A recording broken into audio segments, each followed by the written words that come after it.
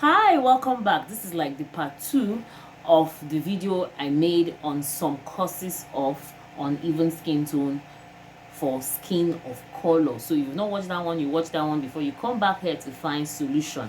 Sunburn was the first one I mentioned. And what is the solution to sunburn? Obviously, even before I say it, some of you might have even said it. Sunscreen.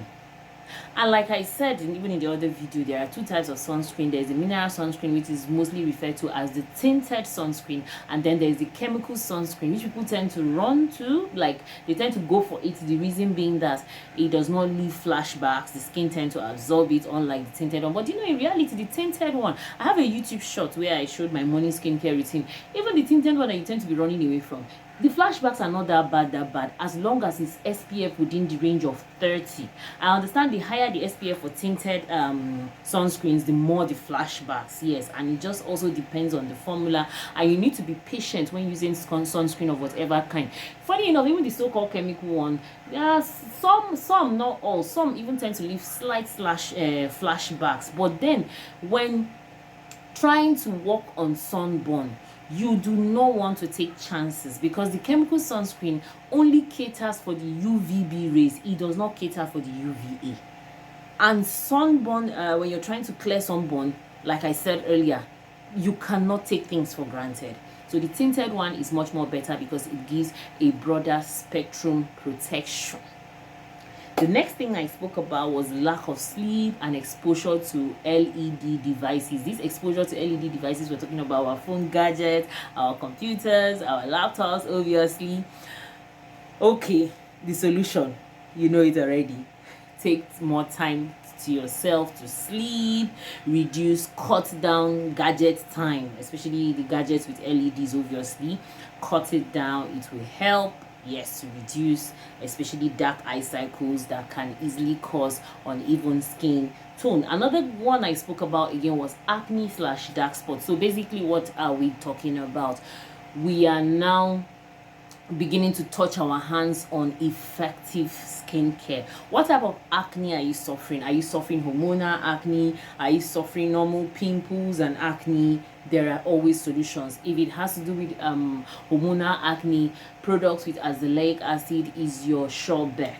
Yes, niacinamide products as well. Then follow up with products that has tyrosinase inhibitors like your alpha arbutin, your licorice. They are lovely.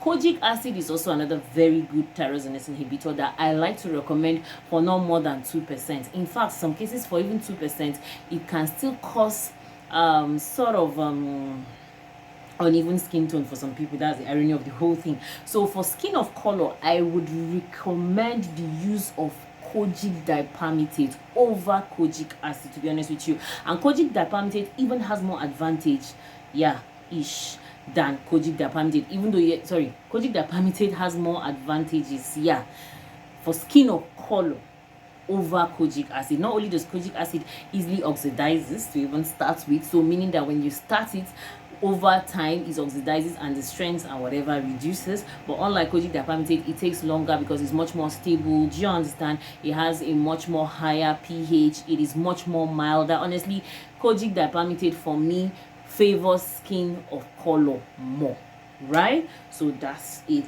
about talking about acne. So basically, you're also going to look for products, if it's the normal acne and pimples, products with salicylic acid obviously is your sure bet. Products with benzoyl peroxide is another one. Still in between, following up with products that has tyrosine inhibitor, because when you're taking out the acne, obviously they are going to leave behind dark spots. So your dark spots also need to be faded out with things like your retinods as well. Let's don't forget retinol, because it helps with faster cell turnover, your vitamin C. But take note, when you're having active breakout, please stay away from any form of retinol. Is this tretinoin? And also stay away from any form of vitamin C when you're battling active breakout, because in as much as those things also help, there are also things that are being recommended in acne treatment. But when you're having active breakouts of acne and you use those things, they can make the skin much more uncomfortable, because it's bad enough that acne makes the skin feel very, very uneasy. Then adding those other beautiful actives that will help to stimulate collagen. So whatever is helping you to stimulate collagen obviously will also tend to want to increase your trauma if there's already trauma. I hope my explanation is clear. So retinoids, vitamin C should be used when your acne has calmed down, when you have worked on it. Like I said earlier, I don't want to keep repeating myself. The next one is hormones. Obviously hormones are just like emotions. They go up and eventually come down. They come down and sometimes they still come up again. Do you understand? So basically, when it has to do, especially with pregnancy hormones, as soon as the journey of the pregnancy ends by the special grace of God, then you can begin to work with products that contains tyrosinase inhibitor. As I mentioned, some tyrosinase inhibitor like hydroquinone. Yes, just wait. Don't look at me with a bombastic side eye. Hydroquinone, in as much as it has a bad reputation, sometimes it could still be a superhero. Yes, in as much as its villain characteristics is much more projected forward. Sometimes it comes in fact, in some countries, hydroquinone is actually even a prescription product. Just like the way retinoic acid most of the time, the tretinoin most of the time are prescription strength. Hydroquinone also comes in that light, meaning it's going to be used for some period of time, not long period of time. Any dermatologist that even, or any esthetician that even recommends hydroquinone for you will give you a time frame to use that hydroquinone. Like I said, it's a villain, but sometimes it still pops up as a superhero, right? But the most important thing is that it should not be used for too long. It helps on evening of skin tone. It helps to even out the skin tone, basically, for skin of color. Azelic acid is also another excellent guy that would also help to even out skin tone. Like I said earlier, Kojic acid, even though I still recommend Kojic dipalmitate more for skin of color. Then we talk of niacinamide. You know, they think about niacinamide, even though most of the time it's listed under tyrosinase inhibitor, but this is what niacinamide does. Niacinamide calms the skin. Let me tell you something about pigmentation or evening on skin tone. The fact that you see it physically on your skin does not mean that was when it started. Yes, that doesn't mean that that's when it started. It started from the inside and eventually popped out. Yes, so the whole damage has started from the inside and eventually came out. So your niacinamide will help to soothe the skin barrier, exactly, and it will help for the pigmentation, the unevenness of your skin not to spread unnecessarily, right? And another good product again is tranexamic acid. Then also, in as much as we're trying to even out the skin tone and all of that, your alpha arbutin is another good one that should come in as tyrosinase inhibitor. Then your retinod. Now when I talk of retinod, I am generalizing. Whichever one works for you. If retinoic acid works for you, good. If retinaldehyde works for you, good. If retinol works for you, good. If retinol, but for me personally, I will not, maybe coming from a cosmetic point of view, cosmetic formulator point of view, I prefer working with, I work with retinol. I have never used retinoic acid. I have never used retinaldehyde. Have I? Okay, yeah, I've used it once. Yeah, it was sort of harsh and all of that, but at the end of the day, I stick to my retinol, because retinaldehyde, there was something I noticed. When I formulated with it in a gel, and it was too active, even at 0.25%. So I decided to sort of withdraw it because I felt it wasn't so convenient for amateur use, and that was why I decided to stick to retinol. So it is brought into the picture based on special requests. Probably the client wants to step up, but personally for me, I don't think there's any need of stepping up as long as you're consistent with your retinol. And I have two strengths of retinol in my cosmetic brand, 0.5% and 1%. The next thing I spoke about was skin bleaching. First and foremost, drop anything. That's why some people tell me, hey, do you have anything for dark knuckles? I don't even bother myself to say I have set. No, I don't even have set for dark knuckles. That's the truth of the matter. I know that dark knuckles could not necessarily only come from bleaching, even from using our domestic cleaning agents like our hypo bleach, detergents for cleaning the house. Yes, even some laundry bar soaps. I know they could cause all of those things, but there is a huge difference from those our domestic products causing all those dark knuckles from bleaching cream. The one of bleaching cream, you and I know, is very extreme. You and all here will be white, or like you and I know that one is very, very, very obvious, and you can't stay. You understand what I'm trying to say to you. The other ones I'm talking about that can come from our laundry products could actually be taken away easily with products that contain tyrosinase inhibitors. Yes. So stop skin bleaching. That is number one. Then when you stop it, obviously you will be faced with a lot of uneven skin tone. Then you start gradually. You start working with products that can help repair the skin barrier. Example, you buy products that contains niacinamide. Yeah, that is one you should start with. Like when I meet people that are chosen to retire from bleaching, I do not recommend exfoliating for them first. Why? Because they have damaged their skin barrier. Don't forget, most of these bleaching products contains products that erode the melanin, which obviously is the hydroquinone that I spoke to you at the first time, that could be a villain and still be a superhero. Is a villain when used for a long time.